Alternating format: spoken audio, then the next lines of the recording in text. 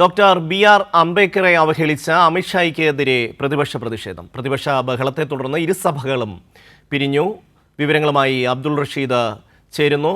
റഷീദ്, എന്തൊക്കെയായിരുന്നു പ്രതിപക്ഷത്തിന്റെ പ്രതിഷേധം? പാർലമെന്റിൽ നടന്ന കാര്യങ്ങളുടെ വിശദാംശങ്ങൾ.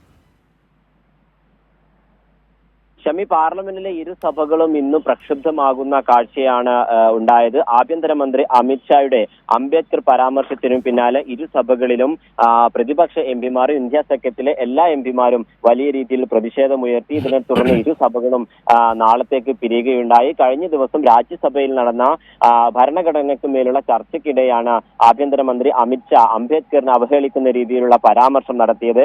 അതായത് അംബേദ്കർ എന്ന് വീണ്ടും പറയുന്നത് കോൺഗ്രസ് ഒരു ഫാഷനാക്കി മാറ്റിയിരിക്കുന്നു. അതോടൊപ്പം ഈ അംബേദ്കറുടെ നാമത്തിന് പകരം നിങ്ങൾ ദൈവനാമം ജപിക്കുകയാണെങ്കിൽ നിങ്ങൾക്ക് സ്വർഗത്തിലേക്ക് പോകാം തരത്തിലുള്ള വിദ്വേഷങ്ങൾ പോലും പടർത്തുന്ന രീതിയിലുള്ള പരാമർശങ്ങളാണ് കഴിഞ്ഞ ദിവസം ആഭ്യന്തരമന്ത്രി നടത്തിയത്. ഇതിന് പിന്നാലെ കഴിഞ്ഞ ദിവസം തന്നെ രാജ്യസഭയിൽ വലിയ പ്രതിഷേധമുണ്ടായിരുന്നു. ഇതിനെ തുടർന്ന് ഇന്നും പാർലമെന്റിന് പുറത്തും ഇത്തരത്തിൽ ഇരുസഭകളും ആരംഭിക്കുന്നതിന് മുമ്പും വലിയ രീതിയിലുള്ള പ്രതിഷേധം പ്രതിപക്ഷ പാർട്ടികളൊക്കെ തന്നെയും ഉയർത്തി. എന്തായാലും ഈ കേന്ദ്രം ഈ അംബേദ്കറിനെ അവഹേളിക്കുന്ന ഒരു തരത്തിലേക്കുള്ള നടപടികളിലേക്കാണ് കടക്കുന്നത് എന്ന് കെ രാധാകൃഷ്ണൻ എം.പി. അടക്കമുള്ളവരൊക്കെ തന്നെയും പ്രതികരിച്ചു.